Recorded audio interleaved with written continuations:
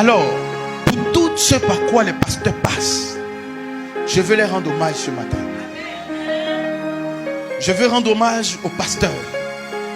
Je veux saluer avec véhémence ces hommes et ces femmes dignes qui, pour le salut des âmes, ont accepté d'aller contre la volonté de leurs parents pour certains, contre le plan qu'ils s'étaient tracé pour la plupart.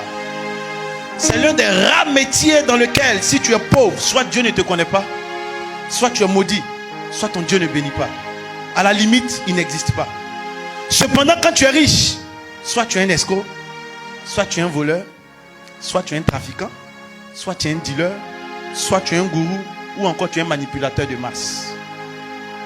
Quand l'église ne croit pas, c'est que tu n'es pas un. Quand l'église croit, tu es allé chercher des fétiches au Ghana, au Nigeria ou au Bénin. Oui, je vais saluer ces soldats du royaume qui, par amour du prochain et passion pour leur appel, donnent la priorité aux autres. Délivrance, réception, écoute. En délaissant petit à petit leur famille pour se faire abandonner par ces personnes pour qu'ils délaissent leur famille une fois que ces derniers sont bénis.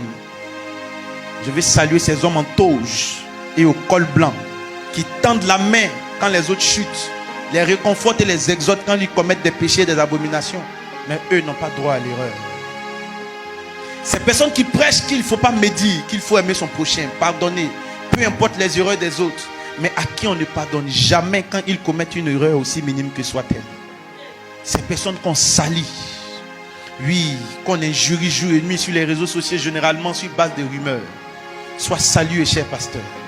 Toi qui es toujours là à l'hôpital, dans des maisons pour prier pour les âmes ou encore dans les veillées funèbres pour apporter aide et réconfort, tout en prêchant pour soutenir la famille endeuillée. Mais quand toi tu perds quelqu'un, soit Dieu est en train de te juger, ou soit Dieu t'a quitté, ou pire encore, tu as sacrifié cette personne pour la gloire de ton ministère. Sinon, si Dieu était encore avec toi, pourquoi ne t'a-t-il pas révélé la mort de ce dernier? Une telle méchanceté, une telle cruauté de la part des gens pour qui tu as donné ton cœur, ton âme, à la limite, sacrifier ta vie pour leur salut. Oui, toi, cher pasteur, qu'on appelle presque jamais pour savoir comment tu te portes, pourquoi le ferait-il puisque tu es censé être en contact permanent avec les anges? Ces derniers prendront de tes nouvelles. Et qui a dit que les pasteurs tombaient malades? C'est bien eux qui prient pour les malades. L'ange en charge de la guérison prendra soin de lui et de sa famille. Quoi de plus normal de ne jamais lui demander comment il va et de passer toutes les fois qu'on l'a au téléphone le temps à lui parler des cauchemars qu'on fait. Pourtant, il suffit de rendre visite au pasteur. Vous trouverez chez eux aussi des aspirines, des remontants, Efferalgan, CAC1000, Doliprane, des anti-inflammatoires.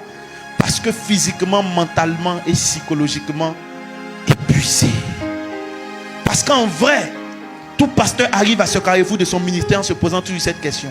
Pourquoi les gens sont ainsi méchants? Pourquoi? J'ai pourtant été là pour eux. Pourquoi à mon tour, ils me servent une telle cruauté? Ah oui. Ce même pasteur va se convaincre que c'est l'œuvre du diable. Prendre sa Bible, mettre sa tenue et venir à la chair prêcher aux mêmes gens qui lui mettent les bâtons dans les roues. On fait de ça notre credo. Toujours se montrer disponible en souriant. Dans tout ça, le pasteur ira encore visiter un autre groupe.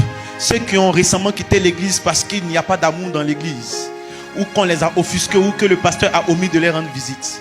Ces gens que le pasteur a hébergés pour certains pendant plusieurs années, payer la scolarité pour d'autres, organiser les mariages, financer les projets et les voyages, acheter des vêtements et chaussures, présenter à des gens d'un certain niveau, conduire dans des lieux là où ils n'espéraient jamais être, pour mettre les pieds, trouvent qu'il n'y a pas l'amour dans l'église. Et oui, le cœur de l'homme est vraiment torturé par-dessus tout.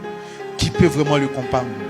Ces mêmes gens ont le droit d'aller à la plage, d'effectuer des voyages, aller au cinéma, s'offrir des dîners en famille, rire, faire du shopping et poster. Mais le pasteur, s'il le fait, c'est qu'il est devenu charnel. Ah, être pasteur. Quand on voit un jeune cadre de banque, il est super intelligent. Un jeune footballeur, il est certainement né sous une bonne étoile. Un jeune entrepreneur, ça fait rêver. Un jeune politicien, ça donne de l'espoir. Mais quand c'est un jeune pasteur, c'est parce qu'il a joué sa vie. Comme il n'y avait plus d'avenir, plus d'issue, il a trouvé une échappatoire, devenu pasteur.